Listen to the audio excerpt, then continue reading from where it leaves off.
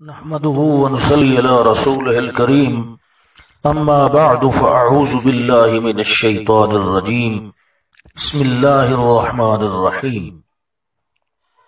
وعباد الرحمن الذين يمشون على الأرض هونا وإذا خاطبهم الجاهلون قالوا سلاما الفرقان آیت نمبر 63۔ رحمان کے سچے بندے وہ ہیں جو زمین پر عاجزی کے ساتھ چلتے ہیں اور جب بے علم لوگ ان سے مخاطبت کرتے ہیں تو وہ کہہ دیتے ہیں کہ سلام ہے، یعنی جب جاہل لوگ ان سے جہالت کی باتیں کرتے ہیں تو معاف کر دیتے ہیں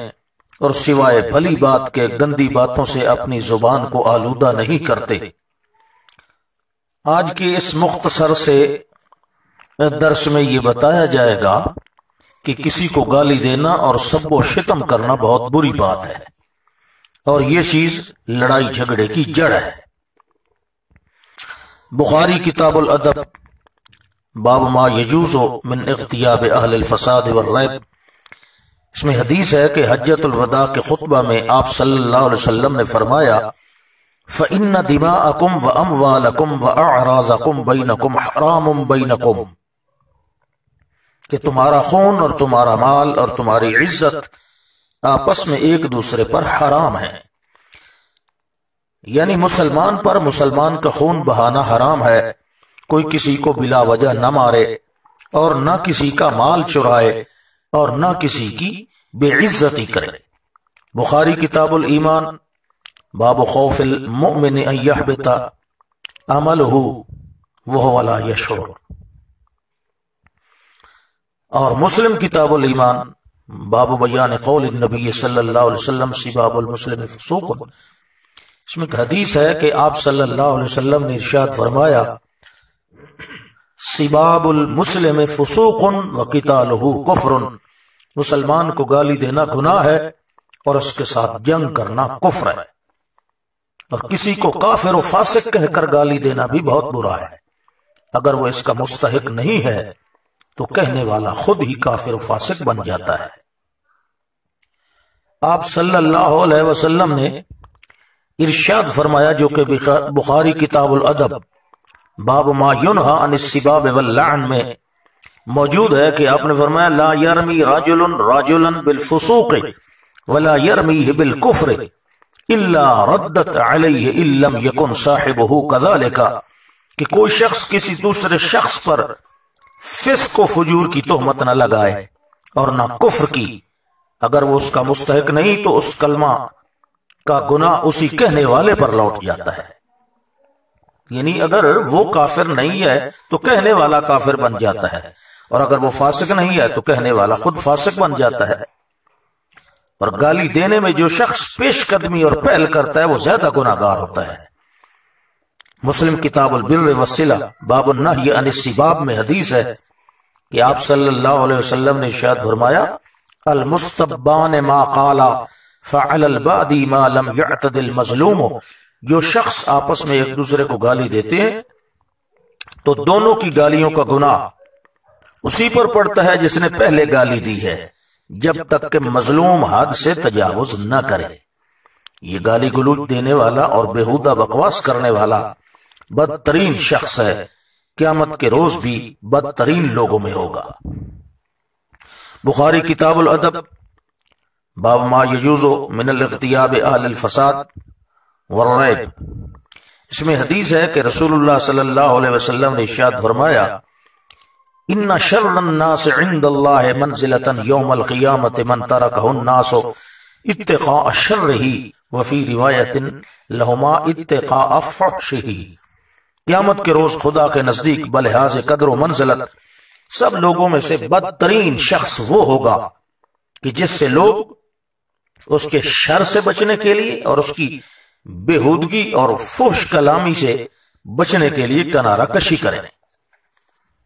اسی طرح ترمذی کتاب البر والصلہ باب ما جاء فی حسن الخلق میں ہے کہ رسول اللہ صلی اللہ علیہ وسلم نے ارشاد فرمایا ان اثقل شیء یوضع فی میزان المؤمن یوم القیامۃ خلق حسن وان اللہ یبغض الفاحش البذیہ، قیامت کے روز مومن کے ترازو میں سب سے زیادہ بھاری چیز نیک خوئی ہوگی، نیک خصلت، اچھا خلق۔ بے شک اللہ تعالیٰ بےہودہ کو اور حد ادب سے تجاوز کرنے والے کو دشمن رکھتا ہے۔ تو مسلمان کی شرافت کا تقاضا یہ ہے کہ کسی کی گالی کا جواب بھی گالی سے نہ دے۔ اللہ تعالیٰ نے مومنین کے اوصاف میں یہی فرمایا ہے کہ وہ جب جاہل لوگ ان سے جہالت کی باتیں کرتے ہیں تو وہ معاف کر دیتے ہیں۔ اور سورۃ القصص آیت نمبر 55 میں ارشاد فرمایا وَإِذَا سَمِعُوا اللَّغْوَ أَعْرَضُوا عَنْهُ، مومن لوگ بےہودہ باتیں سن کر منہ پھیر لیتے ہیں، یعنی اپنی زبان کو گندا نہیں کرتے اور برا کہنے والے کو برا نہیں کہتے، سوائے بھلے کلمے کے زبان سے اور کوئی لفظ نہیں نکالتے۔ تو اسی طرح مسند احمد اور صحیح ابن حبان میں ایک روایت ہے کہ ایک صحابی رضی اللہ تعالیٰ عنہ وہ بیان کرتے ہیں کہ میں نے عرض کیا یا رسول اللہ صلی اللہ علیہ وسلم، ایک معمولی انسان مجھے گالی دیتا ہے تو کیا میں اس گالی کا بدلہ لے سکتا ہوں؟ تو آپ صلی اللہ علیہ وسلم نے فرمایا المستبان شیطانان یتہاتران و یتکاذبان، گالی دینے والے دونوں شیطان ہوتے ہیں اور جھوٹے اور بکواسی ہوتے ہیں۔ تو اسی طرح ابو داود کتاب اللباس باب ما جاء فی اسبال الازار میں حدیث ہے، حضرت جابر بن سلیم رضی اللہ تعالیٰ عنہ بیان فرماتے ہیں کہ میں نے رسول اللہ صلی اللہ علیہ وسلم سے عرض کیا تھا اعہد الیہ، کہ مجھے نصیحت اور وصیت فرمائیے۔ تو آپ صلی اللہ علیہ وسلم نے کیا فرمایا؟ آپ نے فرمایا قال لا تسبن احدا فما سببت بعده حرا ولا عبدا ولا بعيرا ولا شاطا، قال لا تحقرن شيئا من المعروف وارفع ازارك الى نصف الساق فان ابيت فإلى الكعبين وإياك وإسبال الإزار فإنها من المخيلة وإن الله لا يحب المخيلة وإن امرؤ شتمك وعيرك بما يعلم فيك فلا تعيره بما تعلم فيه فإنما وبال ذلك عليه۔ یعنی آپ صلی اللہ علیہ وسلم نے فرمایا کسی کو گالی مت دو۔ چنانچہ میں نے اس نصیحت کے بعد نہ کسی آزاد کو گالی دی، نہ کسی غلام کو، نہ کسی اونٹ کو، نہ کسی بکری کو۔ آپ صلی اللہ علیہ وسلم نے فرمایا کسی نیکی اور بھلائی کو معمولی مت سمجھو، اور اپنے بھائی سے یعنی مسلم مومن بھائی سے خندہ پیشانی کے ساتھ بات چیت کرو، یہ بھی بھلائی سے ہے، اور اپنی تہمت کو آدھی پنڈلی تک رکھو۔ اگر اس سے زیادہ کرنا چاہتے ہو تو ٹخنے تک، اور ٹخنے کے نیچے کپڑا لٹکانے سے بچو، کیونکہ یہ تکبر میں سے ہے، اور اللہ تعالیٰ تکبر کو پسند نہیں کرتا۔ اگر تمہیں کوئی گالی دے اور آر و شرم دلائے تو تم اپنی معلومات کی بنا پر اسے شرم مت دلاؤ، کیونکہ اس کا وبال اسی کے اوپر رہے گا۔ اخلاقی حیثیت سے بات بھی یہی درست ہے کہ کسی کو بھی گالی دینا مناسب نہیں ہے، نہ انسان کو، نہ حیوان کو، اور نہ زمانہ کو۔ مسلم شریف کتاب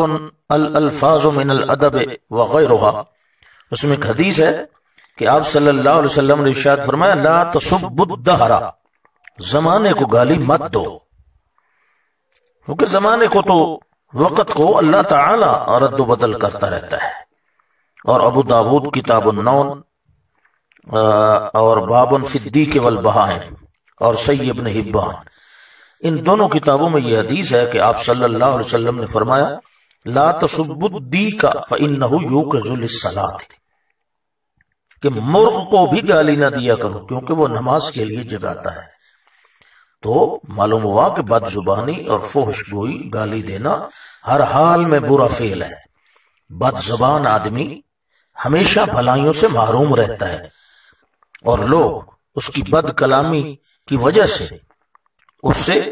ملنا جلنا چھوڑ دیتے ہیں۔ تو رسول اللہ صلی اللہ علیہ وسلم نے ارشاد فرمایا کہ قیامت کے روز سب سے برا شخص وہ ہے کہ جس کی بد زبانی کی وجہ سے لوگ ملنا جلنا چھوڑ دیں۔ اور یہ حدیث بخاری کتاب الادب باب المدارات مع الناس اور مسلم کتاب البر والصلہ، ان دونوں میں موجود ہے۔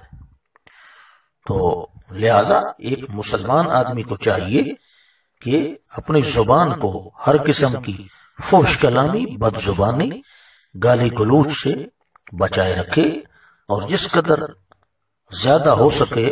وقت میسر آئے اپنی زبان کو اللہ کے ذکر سے تر و تازہ رکھیں۔